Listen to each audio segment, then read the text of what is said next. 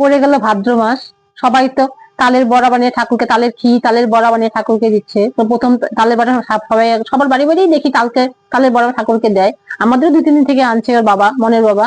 আমি তালের বড়াটা বানিয়ে দিতে পারি নাই বা কিউ করে দিতে পারি নাই সংসারের কাজে দিয়ে। আজকে ভাবছি সকাল সকাল, আজকে বৃহস্পতিবার, মা মেয়ে মিলে দুইজনে পূজার কাজ করে বড়া বানিয়ে দিব ঠাকুর। তালের বড়া ভাজবো। আমার তালের বড়াগুলো ভাজা হয়ে গেল, আমি এখন পুজো দেবো। সবগুলো ভাজিনি, অল্প ভাজি আমি এখন তাদের পূজা দিব, আর বাকিটা মা ভাজবে। আমার তো মা রান্নাটা রেডি করে রাখছে, আবার আমি রান্না বসাবো, মা এখন বাকিটা ভাজি ফেলবে।